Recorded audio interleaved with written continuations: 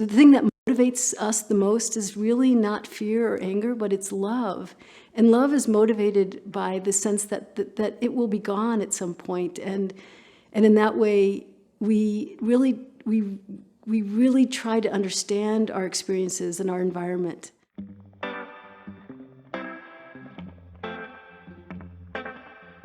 I think that we can't help but have relationship with materials because we're living in a relative world.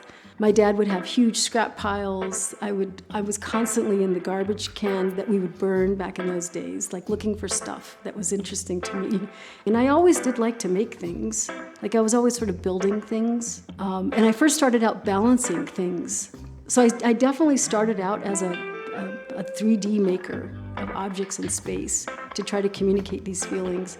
And then the environments that we grow up in have a huge impact on how we frame our world. And growing up here in Belén was huge for me. I grew up right next to the railroad tracks. I could see sort of how always that the local wasn't like this really specific experience. It was embedded in everything that was happening on the surface of the planet, which is a huge theme in my work.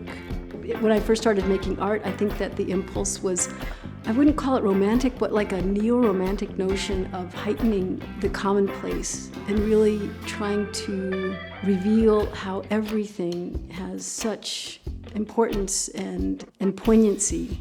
Until I was probably 26, I carried around all these very rich emotions about existing in this volume of space and being like amazed at it and I didn't know what to do with that. But it has benefited me because it has been the corridor through which I can relate these experiences and continue to habituate these experiences and how important it is to be sort of obsessed with the ethereal in the commonplace.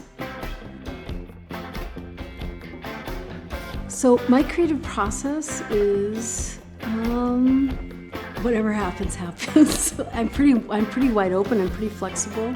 And I'm always amazed that process itself reveals artistry. It's like you're working with another agency. The art making becomes another agency or an entity, an animated entity that reveals the piece itself through time spent with it. I see what I have, I see what's available, and I just start putting things together, and whatever feels good, and whatever doesn't goes over there for a while until I can destroy it and rework it. The wonderful thing about art, if it's somewhat decent, if it's good, it takes us outside of ourselves. My hope is that my art does that for people. And kind of like it reveals like this entanglement of all kinds of entities. But I would never want to prescribe how someone should view my art. I feel like you should bring your own experiences to it and have an experience with art. I'd like to thank my mom and dad, who didn't really understand art, but they so supported me in anything I wanted to do. I'd like to thank Terry Muellert, who without his poetry I would never have started this great adventure. I'd also like to thank all of my friends and neighbors in Córdoba and Belén, New Mexico. I'd like to thank all of my colleagues and students who taught me so much about what it means to be a human. And I'd also like to thank my dear son, Francis, who really taught me how to love a human. Thank you.